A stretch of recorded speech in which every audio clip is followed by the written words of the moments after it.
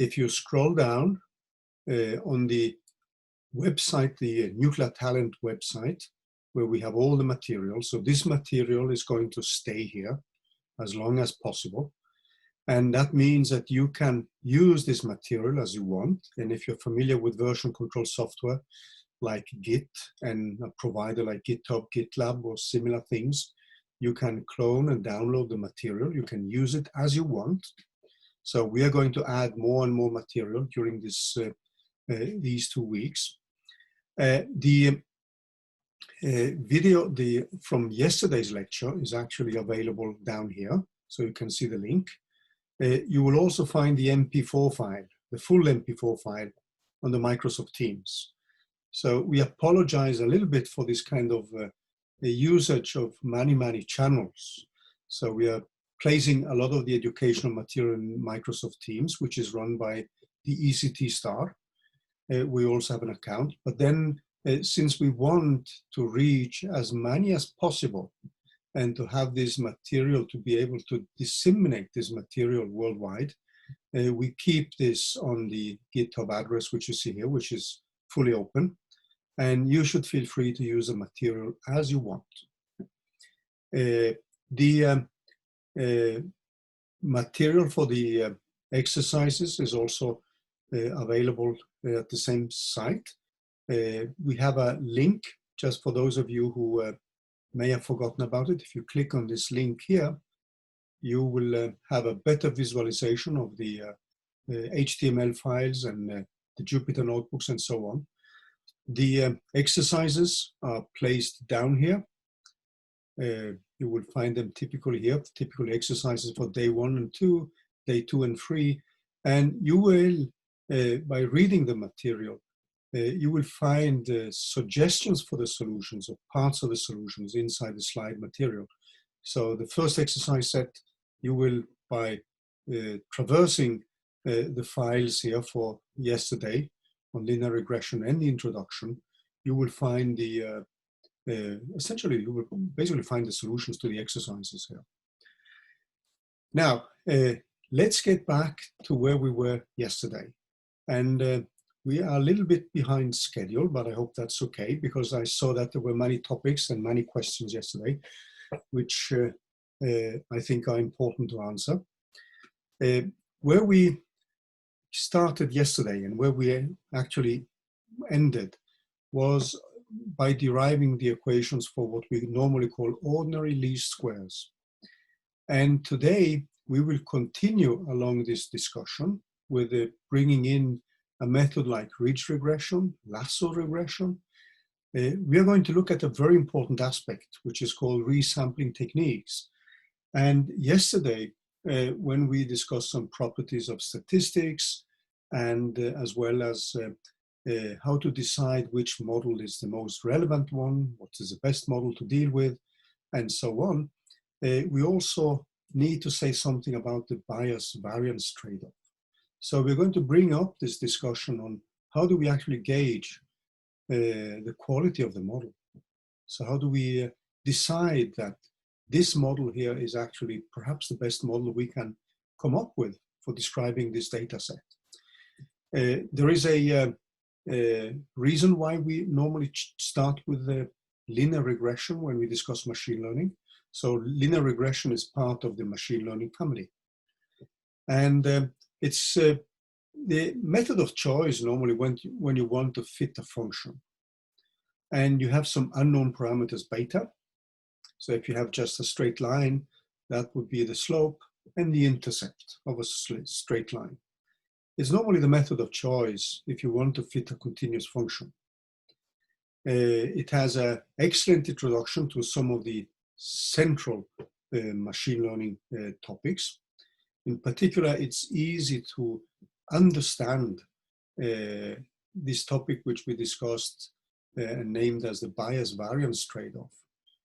We have analytical expressions for the fitting parameters, or the estimators as they are called in the statistics literature. We have analytical expressions for statistical properties. So if you calculate the mean values of the parameters which are involved, the variance, We can then, from the variance, you can calculate the standard deviation. And from that one, we can even infer confidence intervals. Now, I want also to remind you of what we discussed yesterday about the central part of machine learning. So machine learning is about predictions and finding correlations in the data set. So it's not about estimations and it's not about causation. These would be topics which would be more aligned with a statistical approach, and then you would end up with something which some of you may have heard of, which is called Bayesian statistics. There's actually now a strong convergence towards machine learning and Bayesian statistics. And probably some of you have heard of something which is called Bayesian machine learning. And there you would try to catch two birds with one stone. You would like to be able to make predictions. You would like to study correlations, but you would also like to have a probability distributions and say something about causes and also make estimations of error, for instance. So these are all things which now are defining a very, very broad research field. But before we venture into many of these exciting topics, we have to do some baby steps. And the first baby steps we're taking are via linear regression. So we have analytical relations with the possibility to make a statistical interpretation. As I mentioned yesterday, and we won't have time to do that, you can actually derive the equations for ordinary least squares by taking a multivariate Gaussian distribution and then taking the derivatives in terms of the unknown parameters beta. And you will actually end up with the same equations which we ended up with yesterday. And then it's easy to introduce other concepts, as you will see, and I will try to convince you about that. And we will bring in resampling techniques, we have regularization techniques, and many, many other topics which you will hear again and again when you look at different machine learning algorithms. So it's a kind of it's a very, very useful entry point from a pedagogical perspective. And it's easy to code.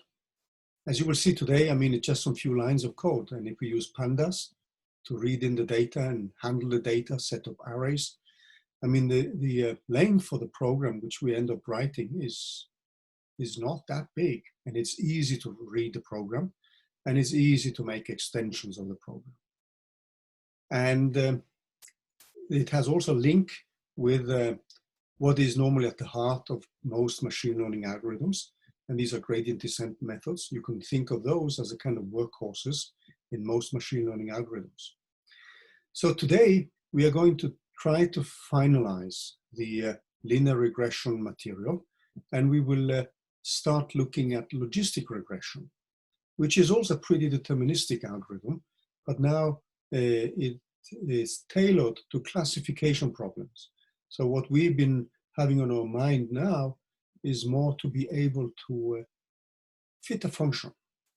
But in many nuclear physics experiments, we may have the need for both a regression case where we want to make fits. For instance, we would like to find out what are the energies of a specific event based on the data which we have. But we would also would like to be able to classify the type of event which we have.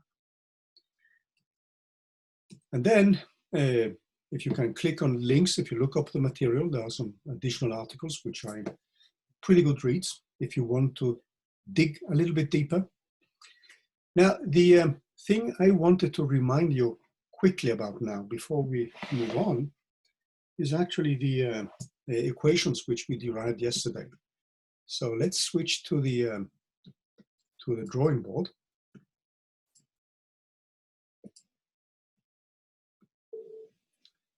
And you should now be able to see my drawing board.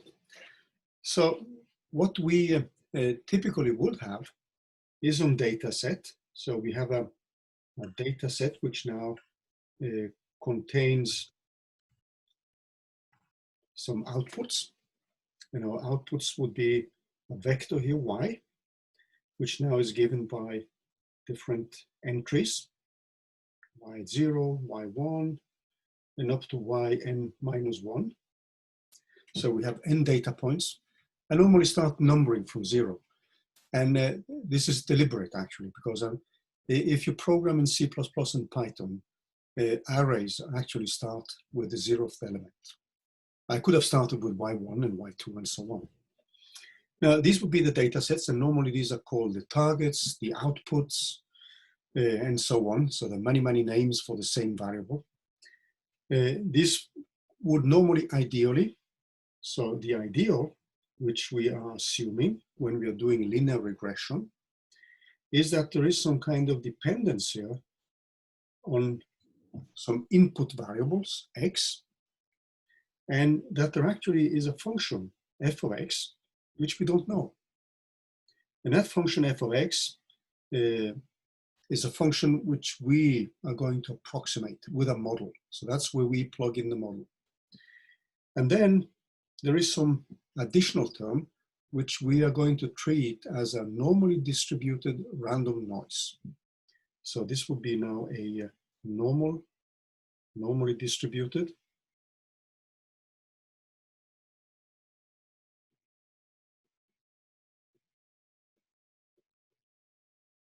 random noise.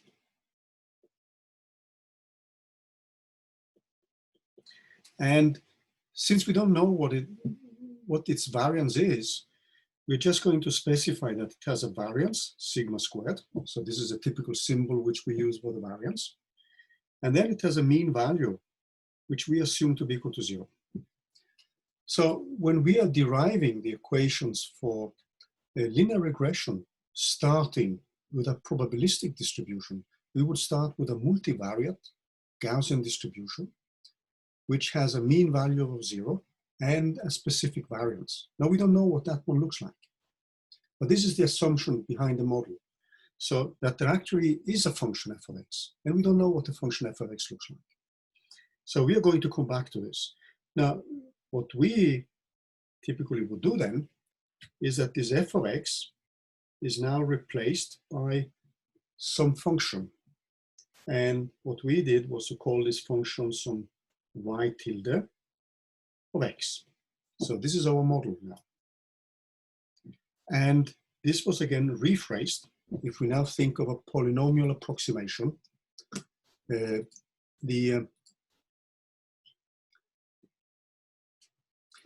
so there's a question here, why does the noise have to be normally distributed? So you could choose another distribution, and then you would actually end up with another set of equations. So this is just an assumption. And often, when you don't have any knowledge about the system, you assume that the law of large numbers kicks in, and that you can use something which in statistics is called the central limit theorem, which says that if you have independent and identically distributed stochastic events, then in the limit of a huge quantity of these stochastic events, your probability function approaches a Gaussian probability. So this is the basic assumption. You could have used another one if you had more insight about your data. But this is a kind of starting point when you do the derivation of the linear regression equations. This was actually done by Gauss back in the 1850s, something. So this is a pretty old stuff.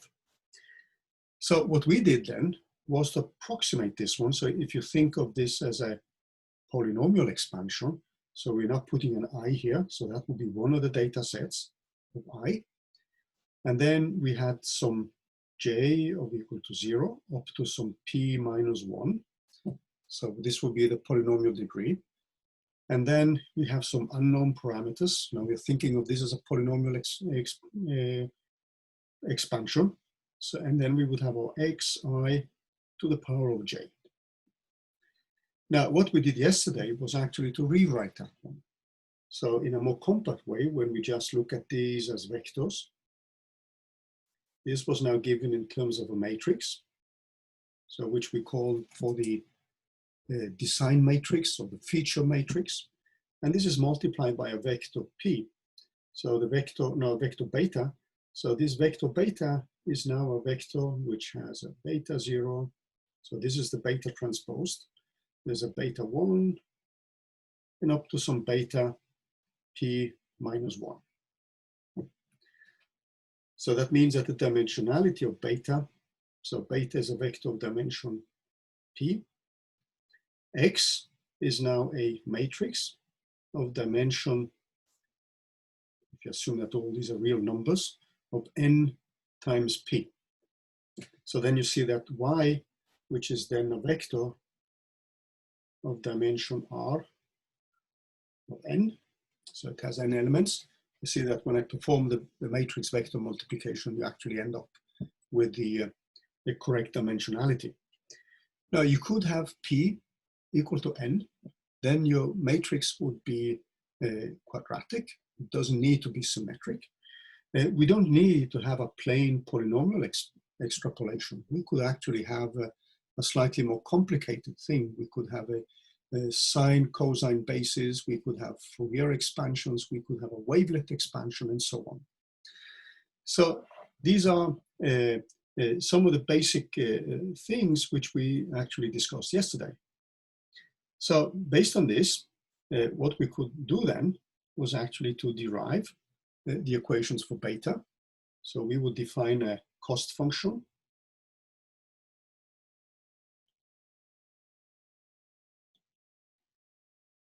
And this function, I'm just writing this as a function of the parameters beta. So that would be given by 1 over n. Sometimes people skip the n, but this is actually what defines the mean squared error. That's the most standard function which is used in linear regression. And we would have a sum of I equals 0 up to n minus 1. And then we would have the y of I minus the y of I tilde squared. So that would be the definition of the cost function. And then we want to minimize that one in order to find the parameters beta. So we do actually a derivation here with respect to beta. And we want this one to be equal to 0. So that's the basic approach. And the reason why we take the mean squared error as a cost function, this is also called the loss function. Sometimes people call it the loss function. Sometimes people actually call the loss function the individual contributions. So I will mix the two terms as is done pretty much in the literature, cost or loss function. So by taking the derivatives there, so when we write this out in a more compact way, what we ended up with then is actually the transpose of this matrix X of T times the vector Y, which is our data set, minus, and then we had the matrix X times these unknown parameters beta. And this is basically where we ended yesterday. And when we want to put this one equal to 0, what we end up with then is an equation for the parameters beta in terms of a matrix we have to invert, which is now given by the design matrix, which is well known. It's actually we which define that one. And then it's the inverse of that matrix. So we actually have to make sure that the matrix is non-singular. And then this is multiplied with x of t again, and then multiplied with the known outputs or the values which we want to reproduce. And then when we have this beta, then we can, we have actually fitted the model. And as we will see a little bit later today, I mean, this beta, the calculation of beta allows us to calculate analytically the variance of the parameter beta. And when we have the variance, we can calculate the standard deviation. And from that one, we can define confidence intervals and then have a kind of confidence interval for the whole model which we are developing. So our model is now based on these approximations which we made here. So if we scroll back a little bit, what we have assumed is that we can define this function f of x, which we don't know what it looks like, in terms of a model. And then clearly the complexity of the model is something which we have to study. And then we have to really provide a kind of estimation of what is the best possible model which reproduces our data. So when we have this, you obviously see that we can go back and we can make find y. So when we have beta, then obviously y is simply given by multiplying x with beta. and then we are back. So we would typically also split the data which we have. So Y and this X. So the matrix X, which now contains the input variables, which link the input to the outputs. That is normally split into a test set. So we would have a test, and then we would have X and Y. And then there would be a train set. And we're going to see that a little bit later today. So that means that we are going to train the model on a limited set of the data. So typically, the typical kind of rule of thumb is that you take something like 70% to 80% of the data and use that for training the model. And that means that you can make a prediction or your fit prediction. It's actually not a prediction, it's actually your fit to the data. And you can make a fit or slash test or prediction of your data based on the parameters beta which you have extracted from your calculations. So I'm reading some of the questions here. So I really, guys, I really enjoyed yesterday because the chat window was full of questions. So feel free also, if I don't answer in time, if some of you have an answer or suggestion, feel free to jump into the chat window. So then we can have a little bit interactions, even if we are far away from each other. So the questions which you see here is that we have not looked at so far into cases where our Y variable has an associated uncertainty. You can actually do that. In the slides, you will actually find, if you move down a little bit in the slides, you will find the definition of the chi-square per datum. And that's where you would plug in the uncertainty in your data. So that's fully doable. And it's actually normal to do that. So let's stop with the drawing board and go back to the slides and the Jupyter notebook now. So we are going to run some calculations here. So if you move into the slides here, after the derivations which we went through yesterday, so everything which is said here is actually contained in the slides here. So we're not going to go through that again. This is actually what we discussed yesterday. So what you would do then is, in the slides here, you will actually find an example of that a little bit later. So when we've gone through all the mathematics here, what you would find is a definition of the so-called chi-square per datum. So this would be an example of where you could now normalize the data. And this is often done. If you have a variance which follows your data points or the standard deviation, you could actually scale the data. And that hinders also this case of specific outliers, because then you would normalize the data, your data would be dimensionless. So this is one of the things which you can do. Now, what I want to do now is actually to bring back the Jupyter notebooks and just look at some simple implementations.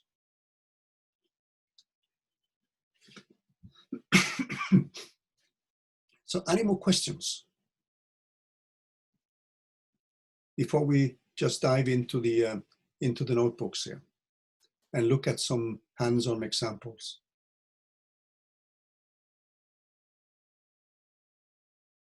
So I should also say that there's a question whether we can have errors in the x's in the chi-square. That's normally not the case when you do linear regression. So there is there's an important aspect which we are going to need when we calculate expectation values. So there's a question whether we could also have errors in the x values. So the x's are normally not treated as stochastic variables in linear regression. In principle, they could. So, but then you would break very much with this frequentist approach which you have in machine learning. So it means that your matrix X is not composed of stochastic variables. So you could think of you actually setting up in a calculation, you could set up a grid of X values. So that would be pretty deterministic. I mean, you would have defined what that grid looks like. And then you could assume that your Y values, they follow some kind of distribution. But in machine learning, in the frequentist approach, there's less emphasis on the statistical properties of the input variables X. So we're actually going to need that when we are going to calculate, let's say, the variance of the parameters beta, because then the matrix X is not going to be a stochastic matrix. So that's an important aspect.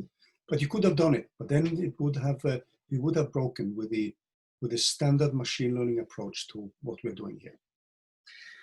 Okay, so let's look at the Jupyter Notebook here, and let's go back a little bit. So I'm going back a little bit here, and what you also find is a solution to one of the exercises. The exercise number 3 is more or less contained into one of these examples which you see here. But let's take a look now at the nuclear binding energy data. So the first code which you meet is actually a repeat of what we did yesterday. And we are now reading the file, this formatted file. We are reading in the binding energy. Now we're just thinking of the binding energies. And then we want to set up the design matrix. And this design matrix now, we want to fit a polynomial. And as we discussed yesterday, I just put in this intercept because I wanted to bring that closer to a polynomial approximation. But normally when we do the fitting of the nuclear binding energies, we don't have this term 1. We actually start with A, so the volume term.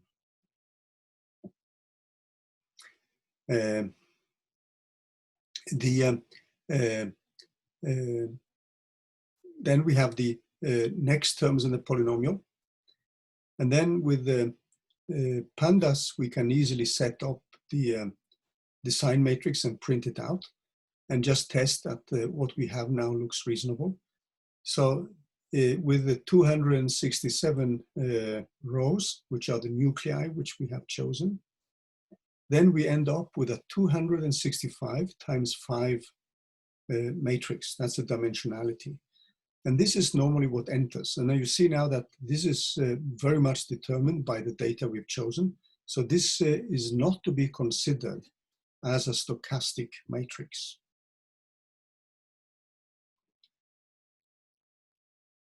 So the this is also a way for you to test what is going on. Now, when we then found the equations, what we could do now is actually to write our own code. Now in Python nowadays, you can use the LinAlgebra library, which is included with NumPy, and there is a matrix inversion algorithm there. Matrix multiplication now, so this is x dot t is a transpose of the matrix, so now we're actually coding the equations, and multiply with x. You could have written this in a slightly more old-fashioned way here if you wanted to. And you see the equation which is commented out here, the statement. So in the more old-fashioned way, this product, so this is actually transpose times the matrix X, you could have written that as dot X. I'm not sure if I like this notation or that one. I'm actually not pretty happy with any of them, but this is the way you would actually write a matrix or matrix vector multiplication. So I perform the inverse, I multiply with the transpose, and then I multiply with my outputs, which are the energies, which are the known quantities. Then when I have done that, I found the beta values, and with the beta values, I now can compute my fit to the data. Alternatively, there is actually a least square, an ordinary least square package in NumPy, which does everything for you. So you would just write linalg lstsq, and you put in your matrix and your energies, and then you can do the fit. And then you would simply have a dot product of your fit values with a transpose matrix. So you would actually need to have this XT transpose here. And then finally, you can plot your results and study. Oops, here we have an inverse matrix actually in this specific case, because I think I set it up wrongly. I just need to check that one, and then you can make a fit. I think I was a little bit too rush here. Yeah, actually I'm getting an inverse matrix, did I? Yeah, I haven't set up the matrix properly, but actually we don't need this example now. I need to rerun it here. Going down here, you can also set up the way you gauge the quality of the data. So you would have an R2 score, which you can code yourself, or you can use the metrics in scikit-learn if you want to do that. You can also write your own function for the mean squared error. So ideally, the R2 score should be equal to 1 if you have a perfect fit. And the mean squared error should be equal to 0 if you have a perfect fit. So in this case, you would simply take your data and then your model, which you have fitted. And then you would return these results. You can also calculate the relative error and many, many other functions. Now, the example I wanted to move on to now is actually, and I want to discuss these examples before we move on to other technicalities. So this example here reads the equation of state. So there's a calculation, and you can actually look up the link here, how this equation of state was calculated. So what we provide in this file, which is called EOS CSV. So this is a comma separated file. So you can actually see how you can read a comma separated file, which is a pretty common output for files. So in this case, what we have are two columns. One is the equation of state, or the energy per particle as a function of density. And the other column is the density. So what I'm doing now is to perform a fit as a function of density. And in this specific case, what I do now is that I have an intercept. I have my density to the power of 2/3, density to the power of 1, and density to the power of 4/3. Still, compared to what you're going to meet on Thursday, when we are going to look at our first nuclear physics experiment data, these are what we would normally call vanilla cases. It means that it's pretty simple to set up the matrix we want to invert. So as you see here, we simply decide this is a polynomial fit, and we end up with an approximation here, which includes non-relativistic corrections only. If we have relativistic corrections to density, there would be a 5/3, and then we could move on with higher order polynomials. And we are coming back to that because we are going to use this example a little bit later now.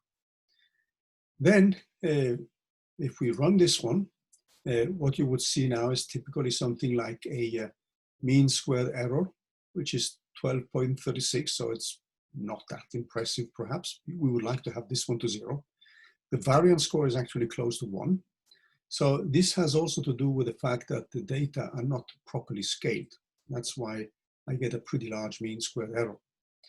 And then I have the coefficients of my fit. So you see the intercept is actually equal to 0 here. And then these would be the parameters in the expansion. And when you look at things by the eye here, it looks pretty nice. I've also included something which is called ridge regression, which we are coming back to. Now, ridge regression is a way to do linear regression where you have a regularization parameter. We are coming back to what that means, but it means that you would actually have to define a parameter lambda here. And that serves as an input to scikit-learn's function bridge. The equation is actually the same, almost the same as for ordinary least squares. You end up inverting a matrix. But there are some advantages here. which we are going to discuss after the break. But you see, this is a typical example of what you could do now. And this is actually the mean squared error with this ridge regression, which is not very impressive. Actually, this is a case where you actually don't need to do a more regularized method. So ordinary squares works very well. And we are coming back to why. Here I just wanted to show you the kind of hands-on features which you would have to plug in particular setting up the design matrix. Now, you may ask now, why is this guy repeating again and again this discussion about the design matrix? Now, the reason why I do that, in this case, it looks pretty simple, doesn't it? The problem we are going to face is that when we are going to deal with real data, we have to figure out from an experiment, we have to figure out actually how we want to represent it and feed it into the machine learning algorithm. And sometimes that can actually be most of the work. So the kind of calculations I'm showing you now are almost calculations which you could run at the kindergarten level. Well, that's a little bit exaggerated, sorry for that. So the next thing I wanted to show you now. So I'm going to answer some of the questions which are coming up in the chat here a little bit later. I'm sorry for that. I just wanted to go through some material. So if you feel tempted to answer, if I'm not answering in time some of the questions in the chat, I mean, if somebody wants to intervene, please have this discussion going. The thing which we normally do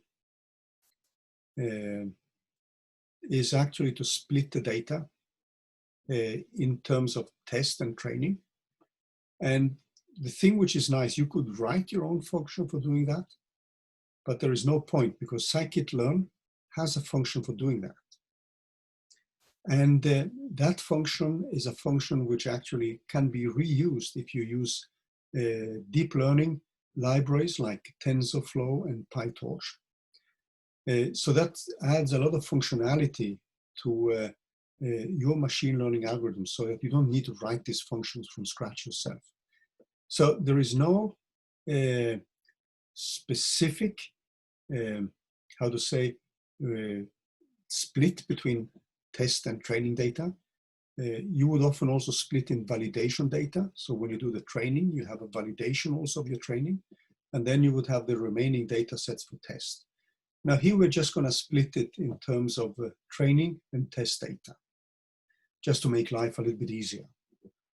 So the what we would have is then the a typical split between, let's say, 2/3, 70% to 80% of the data is training data. And again, this is the same example which you saw here. The only thing which I did here in this case is actually to plug in my own functions.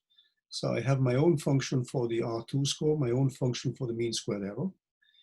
And then I have my own function for performing the training and the matrix inversion. So you see now the function which I want to single out is actually this function here, which is called train test split. And you would actually call that in here. So you have a train test split here, imported. And then the thing you do now is that you send in your design matrix, which contains all the data, the input data, your output data energies, so that's the full data set. And then you define how much you want to have as test data and how much you want to have as training data. In this case, we just fix the test set to 20%. So that means that I do the training now on, or the fitting of the model on the training data. So this beta is the result of the fit. So what you see now is that I can now set up my training. The results from the training is now given by the training data multiplied with the parameters which I got from training the model. Then I can calculate the R2 score on the training part, and I can also calculate the the mean squared error on the training data. Then I make my prediction here. So then I take the test data and I multiply that one. So the matrix X test, and multiply that one with my parameters beta, the unknown parameters. And then I can perform again my test R2 measure and the mean squared error. So these are the kind of final numbers which you would actually give to somebody who's going to assess the model, the quality of the model which you have. So if somebody asks you, I mean, how good is your model? Well, my model now has on a training, it has an R2 score close to 1. It has a mean squared error. So remember now again that we haven't normalized the data. And that's an important feature. So if we were to normalize the data properly, and we are going to wait a little bit with that, then we would have had a smaller mean squared error. But in this case, with the unnormalized data, it's pretty large. And you see now that the test R2 is also pretty good on the test data or the prediction we're making. But then the mean squared error is a little bit larger. And this is something which we are going to discuss a little bit more in detail after the break. And that brings us back to this discussion about overfitting and underfitting. We will come back. So keep these kind of calculations in mind. Now, I wanted to show you a non-physics case, because that's a case which we can use to guide the eye here for something which is slightly different, but where we would actually like to make a fit to the mean price on the market for a house. And there is a popular database which comes from the University of California, Irvine. So if you search for this repository, you will get tons of data sets. Now, these data sets contains data. It's 506 samples on housing data from Boston in the US. And it's actually included in scikit-learn. So if you want to play around with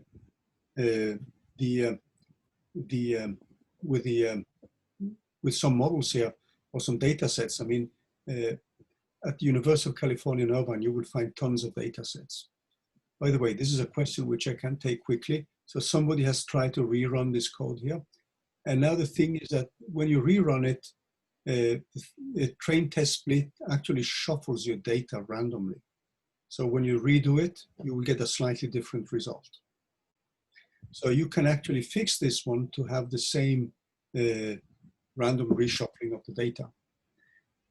Now, the Boston housing data has now 506 samples, and then it has 13 features, or what we call predictors. And what I would like to do now is something which is called a poor guy's attempt to estimate the median value based on only one or two of the parameters. And this allows me to bring in what we discussed yesterday about the correlation matrix and the so-called covariance matrix. So the features are things like per capita crime rate by town or suburb, the average number of rooms per dwelling. We are actually interested in the median value of a house in US dollars. So this is the quantity we want to make a model for. That means that we are not going to make a search in a 13-dimensional space because we have 13 features, but we would like to pick some of the features only. And then the question is, how do we do that? Can we be guided by some kind of intuition about the system? Or can we do some mathematics which allows us to guide this intuition? And that's where the correlation matrix comes into play. There's something which we are not going to cover, which is also related to unsupervised learning. And this is called principal component analysis. And actually that matrix we are going to set up now, the so-called correlation matrix. When you calculate the eigenvalues of that, you can actually use those to take away some of the features which would be less important. Now, so what I'm doing now is to take the results, and I'm going to make some plots of my data set. So I'm reading in the data set. So this is already included. So we don't need to set up the design matrix. So they simply just write load Boston. Now, again, on Thursday, you're going to experience all the pain of setting up a design matrix from the data. So here, everything is done behind the curtains. So we're actually setting up an object, which now also sets up the data set. So what I'm doing here is I'm also using pandas, as you see here. And I'm actually trying to find out whether some data contain results which are 0. So it actually happens that people punch in wrong data. But you see now that there are no data sets which is 0. And what I'm doing now is to use pandas again. And I'm plotting now just the median value. That's the quantity I'm looking after. I mean, how much does the price, how much does the house cost?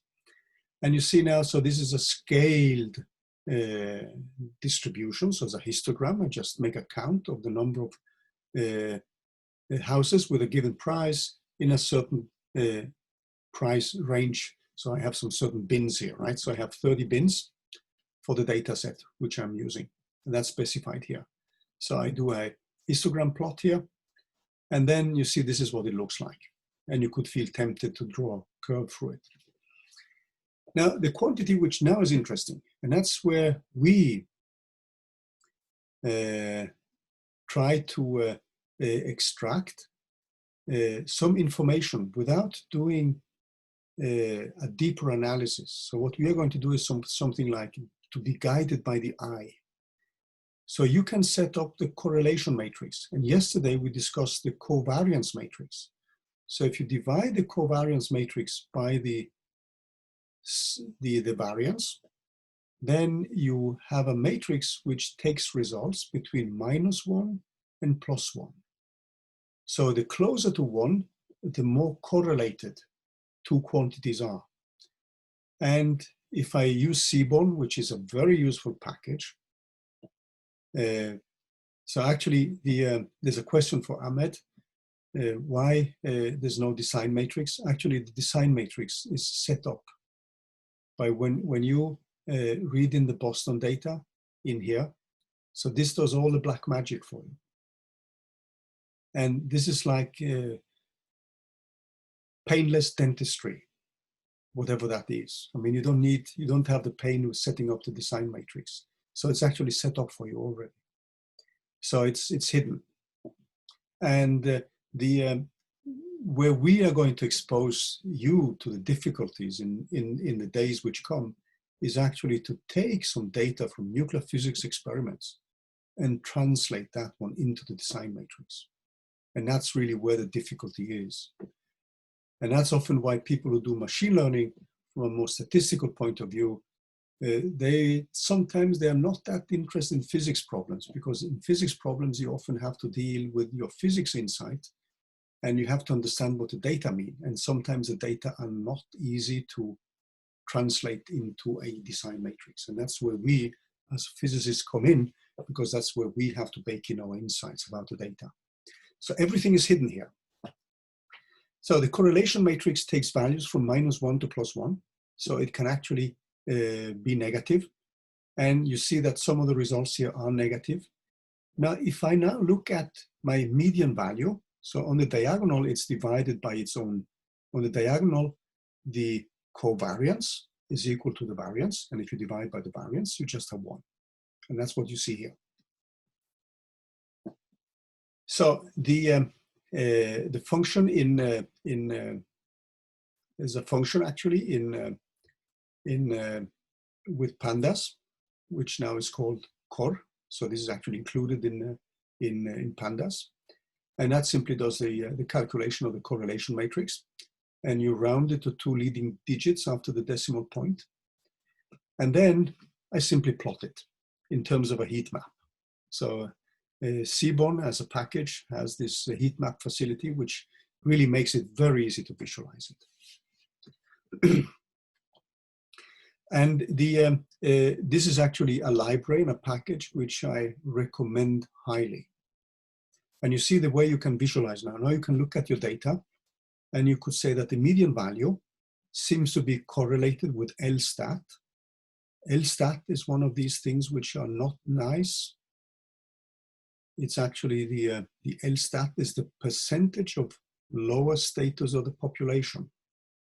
So if you live in a poor suburb, obviously there's a strong correlation between that and the median value. Then there's another quantity, which is the average number of rooms. So some of these are things which we could have guessed. So sadly, living in a lower status part gives you a strong correlation on the median value, which you see here, LSTAT, so you have 0.74. Then if we move on, you will see that the number of rooms is also strongly correlated with your median value. So what we could do now is to say that let me try to fit the median value by a straight line or linear regression, where I now only take two of the features. So in principle, I have 13. And there may be some other quantities which are important for the median value. But now I'm singling out those which have the largest values. And then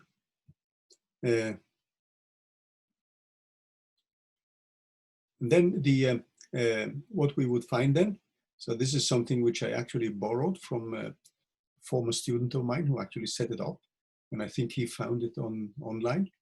So what I'm doing now is to plot the median value as a function of the lower status part, and then I do the same as a function of the average number of rooms.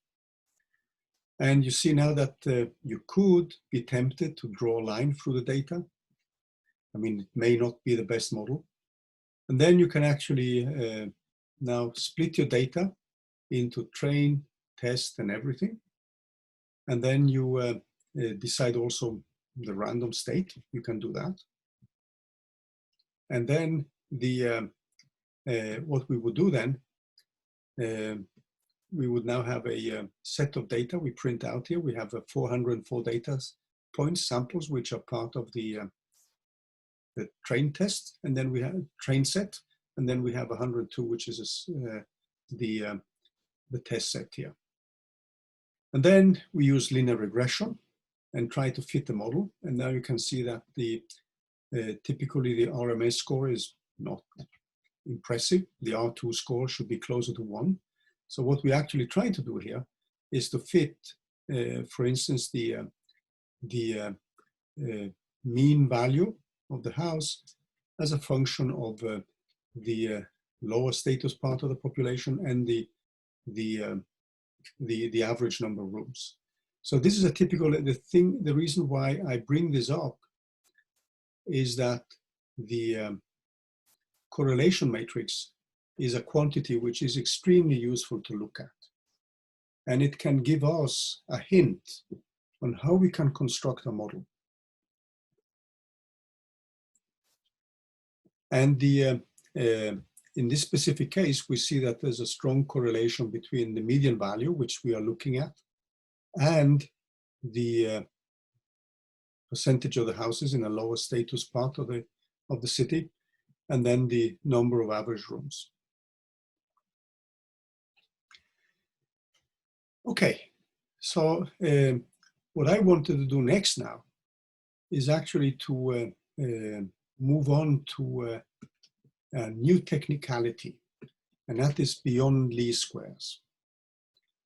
But I think we should take a small break now because we've been going on for roughly an hour. And I see also from the chat window here that we have tons of questions, and many people have been answering the questions as well.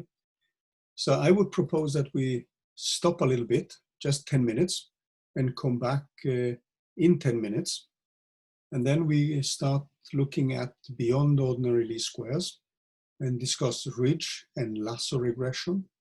And then we're going to look at at the end, we are going to look at the bias variance trade-off, which are very important aspects in order to analyze the quality of the models which we're having. So we are going to